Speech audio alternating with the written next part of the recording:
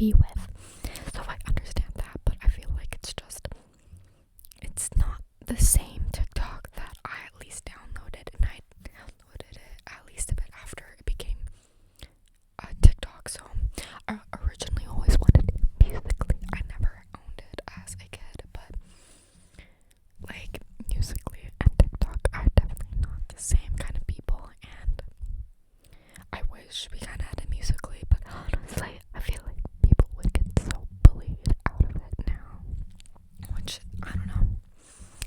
I think that's exactly why I hate TikTok, because it's like, there's this bully culture, and I know it's on other, like, all social platforms, but I feel like on TikTok, it's like everywhere. Influencers are the bullies, the commenters are the bullies, literally victims, like, everybody's a bully.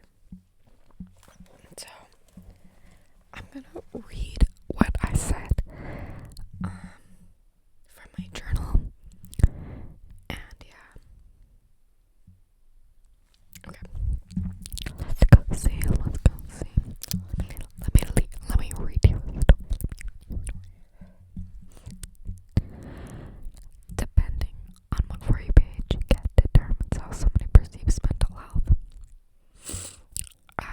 So what I'm really talking about is that stupid fucking TikTok mentality.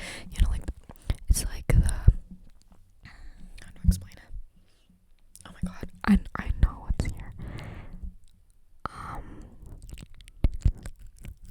It's like, find your peace. Out of sight, out of mind. Like that kind of. I feel like I explained this is from years ago, and okay. If you guys have watched Love Island and those kind of shows, I'm sorry, I'm like really breathing in the mic.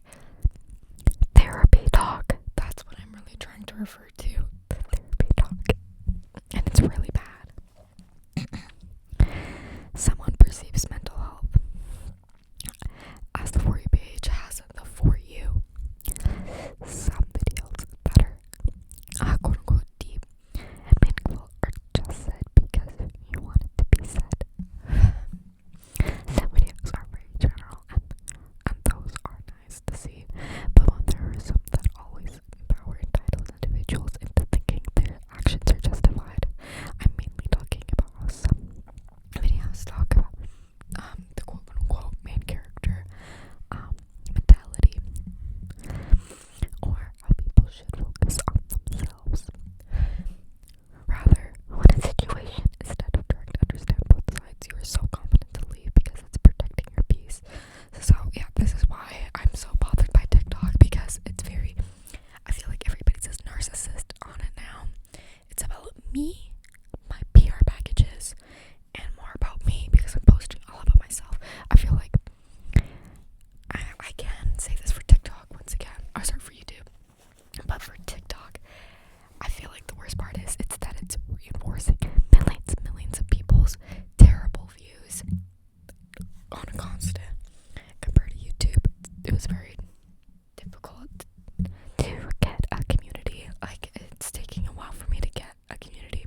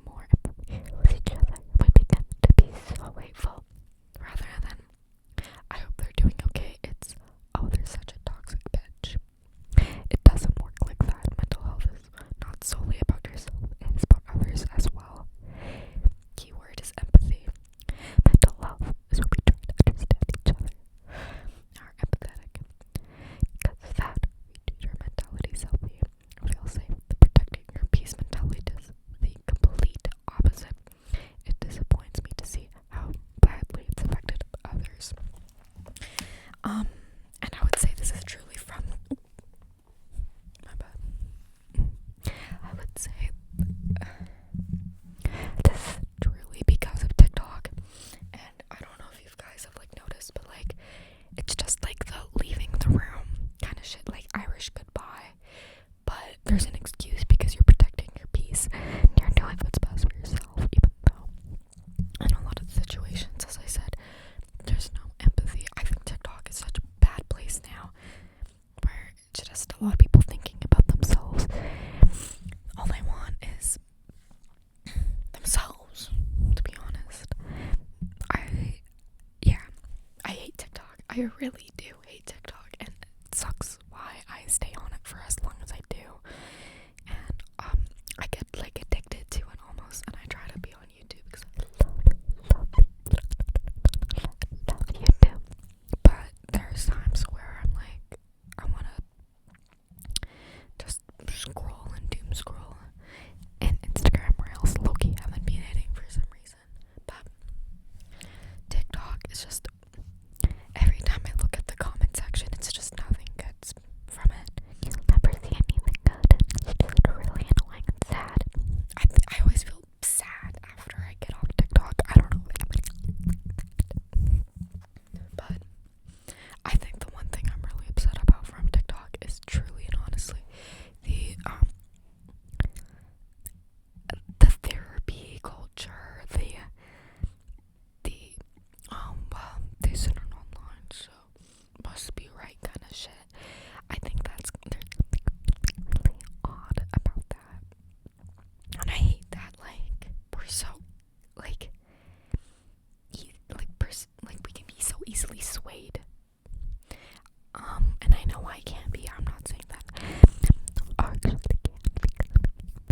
I think that's why I'm so upset about it, because I think I have fell victim to this stuff in the past. Yeah, I don't know.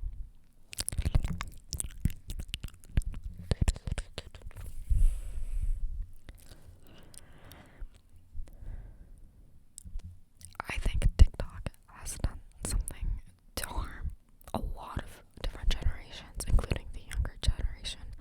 And that's why I think this is why not only my generation, I think we're fucked, but the next one, because they're gonna wanna do what Gen Z's doing. I'm Gen Z.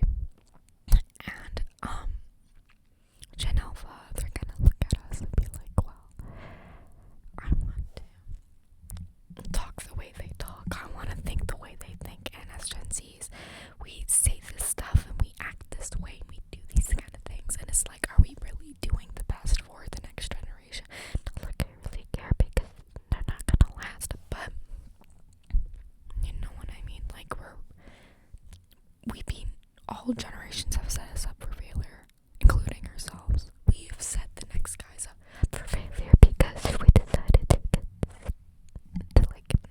get addicted to our phones, which I guess isn't our fault. But once again, I guess there's something said about phone culture and community. We want to be always talking to people all the time. We want to always relate to somebody. But like, there was a time and place where that wasn't as common, you know? I feel like we have something so easy, especially from TikTok, that I'm like, is it really like the same? Are you really getting that same kind of satisfaction? And I say no, I don't think you are. I don't think, if you're not going out and going on a hangout with these people and relating to them, and you're just relating to strangers on the internet, I think there's something different about the type of enjoyment you get online. And I think when you relate to people in a mental health sense, you're just reinforcing the fact that you don't want to go to a therapist. I hate people who self-diagnose, and I know I say I think I have this, but I never say I do. I do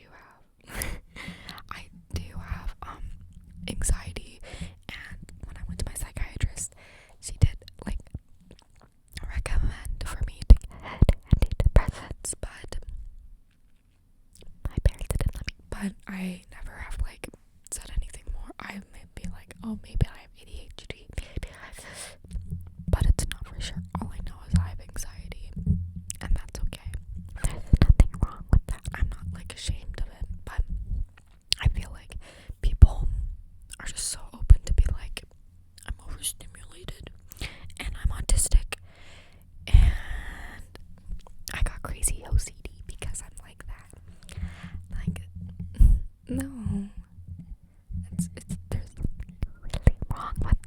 That shouldn't